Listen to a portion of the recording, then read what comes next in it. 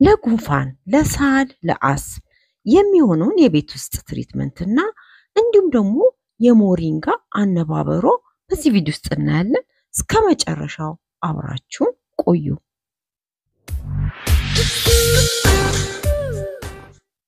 እንኳን አደረሳችሁ 2018 በኢትዮጵያ ማለት ነው።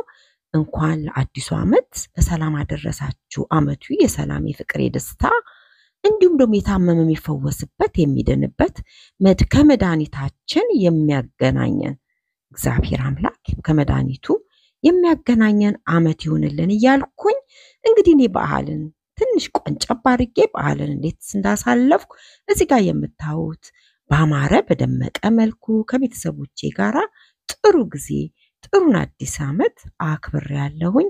እንግዲህ እንደምታዩት ሞቅ ደመቅ ሸብረቅ አድርገን ቤታችንን አዲሱን ዓመት በእንደዚህ መንገድ ተቀብለነዋል። እንደምታዩት የጅንጅብሉ ሻይ ምንም የቀረ ነገር የለም። ለአዲሱ ዓመት ፌጦ በልተናል። እንዲሁም በፌጦ ሁሉ ተጣጥበናል። ገላችን ሰውነታችን በፌጦ እንደ ባህላችን ተጣጥበናል ማለት ነው። እንደምታዩኝ እንግዲህ በሐረሪኛ ወይም ደግሞ በድሬዳዋ ልብስ በድሪያዬ ፏ ብዬ የባህል ልብሳችንን በተለያየ መንገድ ደመቅመቅ አድርገን እንደዚህ አሳልፈናል። እንግዲህ እንደነገርኳችሁ ለሳል፣ ለጉንፋን፣ ለአስም እንዳልኳችሁ እዚህ ጋር የምታዩት በወተት የምንጠቀመውን ጥቁር አዝሙድን እንዴት አድርገን ወተትን ለማትጠጡ ሰዎች በኦት ሚልክ ወይም ደግሞ በሶያ ሚልክን በሚተኩ ነገሮች አድርጋችሁ የጥቁር አዝሙድን እንደዚህ አንድ የቡና ማንኪያ ከአንድ የሻይ ሲኒ ወተት ጋር እንደዚህ እናፈለዋለን። አሁን ጥጄዋለሁ ሰዓት ላይ እሱ እስከሚበስል ድረስ ደግሞ እዚህ ጋር የምታዩት በአንድ ብርቱካን እንዴት ጉንፋንን፣ አስምን፣ ሳይነስን፣ ሳልን እንዴት አድርገን መዳን እንደምንችል በቤታችን የምናይበት ትሪትመንት ነው። እዚህ ጋር የምታዩት እንግዲህ አንድ ብርቱካን ቆራርጫለሁኝ። አሁን እንደምታዩት እንግዲህ የጥቁር አዝሙዱ ወተት እንደዚህ ካፈላ ነው በደንብ በኋላ ከማር ጋራ ደባልቀን ማርን እንዳስፈላጊነቱ አለመጠቀምም ይቻላል። እንደዚህ አማስለን ማታ ከመተኛታችሁ በፊት አንድ የሻይ ስኒ እንደዚህ ጠጥታችሁ ብተኙ አስምን እንዲሁም ደግሞ ሳይነስን፣ ጉንፋንን ለመከላከል በጣም የሚረዳ ነገር ነው። የጥቁር አዝሙድ ወተት ይባላል ማለት ነው። እዚህ ጋር እንግዲህ የምታዩት ደግሞ ብርቱካኑን እንደዚህ ስላሽ በስሱ አድርጋችሁ ትቆርጡታላችሁ። በመጀመሪያ ግን ብርቱካኑ በደንብ መታጠብ አለበት። ከዛ በመቀጠል ስላሽ ያደረግነውን ጋለ ባለ መጥበሻ ላይ እንደዚህ ሞቅ እናደርገዋለን።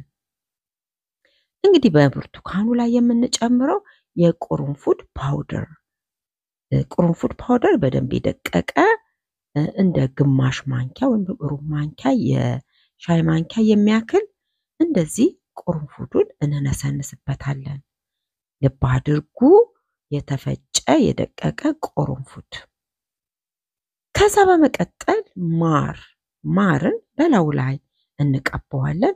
ማር አንጠቀምም፣ ስኳር በሽታ አለብን ለምትሉ ሰዎች የኦሊቭ ኦይልን በማር ፋንታ መቀባት ትችላላችሁ። አሁን ይህንን ብርቱካን ገልበጥበጥ እያደረግን ሞቅ እንዲል በደንብ ሞቅ እንዲል እንገለባብጠዋለን። ሁለተኛ ነገር ደግሞ ቅርንፉዱና ብርቱካኑ እንዲደባለቅ እንዲዋሃድም በጣም ይረዳል። አሁን ይህንን እንግዲህ ትኩስ ብርቱካን የምንመገበው ማታ ከመተኛታችሁ በፊት ይሄንን ትኩሱን በልታችሁ ከነ ልጣጩ ነው የምትበሉት፣ በልታችሁ መተኛት። ይሄንን ለ3 ተከታታይ ቀን ብትወስዱት ጉንፋኑ በሽታ በተደጋጋሚ ጉንፋን ለሚይዛችሁ ሰዎች ይሄ በጣም ፉትኛ መድኃኒት ነው። ይሄንን በቤት ውስጥ ትሪትመንት ተጠቀሙ። ሁልጊዜ እንደምላችሁ ጤናችንን በቤታችን። በዚህ አጋጣሚ በዛሬው ቀን ወደዚህ ቻናል የመጣችሁ ደወሏን ክሊክ በማድረግ ቤተሰቤ እንድትሆኑ በትህትና ጠይቃለሁኝ። ሐሳብ አስተያየታችሁን ደግሞ በኮመንት ስራ አስቀምጡልን። በዚህ አጋጣሚ ደግሞ ከየት ሀገር ነው የሚከታተሉን? ከየት ሀገር እንደሚከታተሉንም በኮመንት ስር ይጻፉልን። ስለዚህ ቻናልም አስተያየቶትን ገንቢ አስተያየቶትን በኮመንት ስር ያጻፉልን ለኛ ለስራችን ስለሚጠቅመን። አሁን እንደምታዩት ይሄን ብርቱካን ትኩሱን በልታችሁ መጨረስ ለህፃናት ደግሞ ከ6 ዓመት በላይ ለሆኑ ህፃናቶች ልጆች በጣም ይጠቅማል። ይሄንን በተከታታይ 3 ቀን ይሰዱት። አልሻል ካሉት ደግሞ ደግሞ ይሰዱት ማለት ነው። አሁን እዚህ ጋር የምታዩት ደግሞ የሞሪንጋን አነባበሮ አንድ የሻይ ሲኒ የኦት ወይም ደግሞ የአጃ ዱቄት ተጠቅሜያለሁ። ዱቄቱን እናንተ የምትፈልጉትን አይነት ዱቄት መጠቀም ትችላላችሁ። አንድ የሾርባ ማንኪያ የሞሪንጋ ፓውደሩን ዱቄት ተጠቀምኩኝ። ፍሬሹን የምታገኙ ፍሬሹን ፈይታችሁ ወይም ደግሞ ፍሬሹን ቅጠል ከትፋችሁ መጨመር ትችላላችሁ። እዚህ ጋር የምታዩት ጥቁር አዝሙድ፣ እዚህ ጋር ደግሞ ቁርንፉድ ሩብ የሻይ ማንኪያ ጨምሬበታለሁ። ቁርንፉድ ዳቦ ውስጥ ራሱ በጣም ያጣፍጣል፣ ቴስቲ ያደርጋል። ቁርንፉድን በዳቦ ውስጥ ብትጨምሩት በጣም ነው የምትወዱት። አሁን እዚህ ጋር እንዳያችሁት ሶስቱን ነገር ደባልቃለሁኝ። ዘይት አንድ የሾርባ ማንኪያ የሚሆን ዘይት እጨምራለሁ። ከዛ በደንብ ከደባለቅነው ጨውም ጨምሬያለሁኝ። በደንብ ከደባለቅነው በኋላ መጥበሻችንን አግለን እንደ ማንኛውም ቂጣ እንደምንጋግረው መጥበሻችን ላይ እየከደንን እናበስለዋለን። እንደምታውቁት ሞሪንጋ ለጤና በጣም ነው የሚጠቅመው። ለብዙ ጤና ተዘርዝሮ የማያልቅ ነገር ነውና እንደዚህ በምግባችን አንዳንድ የሾርባ ማንኪያ ወይ 2 የሾርባ ማንኪያን ብታርጉ ጉዳት የለውም። እንደዚህ አርጋችሁ ቁርስ ላይ ሞሪንጋን ከቂጣ እንዲሁም ከኮርን ፍሌክስ ከቤታቤክስ ጋር ከማንኛውም ቁርስ ጋር ቀላቅለን ብንመገበው ጤናችንን ይጠብቅልናል ማለት ነው። አሁን እንደዚህ በስሱ ከጋገርኩ በኋላ ማርንና ቅቤን ቀብቼ ተጠቅሜያለሁ ማለት ነው። እንደ አስፈላጊነቱ እናንተ ሚጥሚጣም በርበሬም ጨምራችሁ ማጣፈጥ ትችላላችሁ። የሞሪንጋው ቴስት ትንሽ መረር ስለሚል ማርን ትንሽ ብትጨምሩበት ጣፈጥ ያደርገዋል። ደግሞ ለጤና እስካልን ድረስ ቢመርም ምን ችግር አለው ወገኖቼ? ጤናችን ይበልጣልና። አያችሁት? ቆንጆ ቂጣ ለቁርስ አዘጋጅቻለሁ። ይሄንን ደረቁን ራሱ በሻይ ብትመገቡት፣ በቡና ብትመገቡት፣ በወተት ብትመገቡት ምንም በቃ ቆንጆ ቁርስ ነው የሚሆንላችሁ። አሁን እንደምታዩት ቅቤና ማርን የተጠቀምኩት እኔ እንዳነባበሮ ደራርቤው አነባበሮ ሰርቼዋለሁኝ።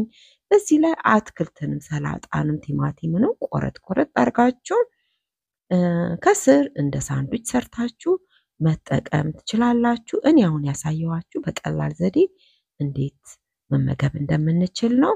አሁን ይሄን እንግዲህ ቆራርጬ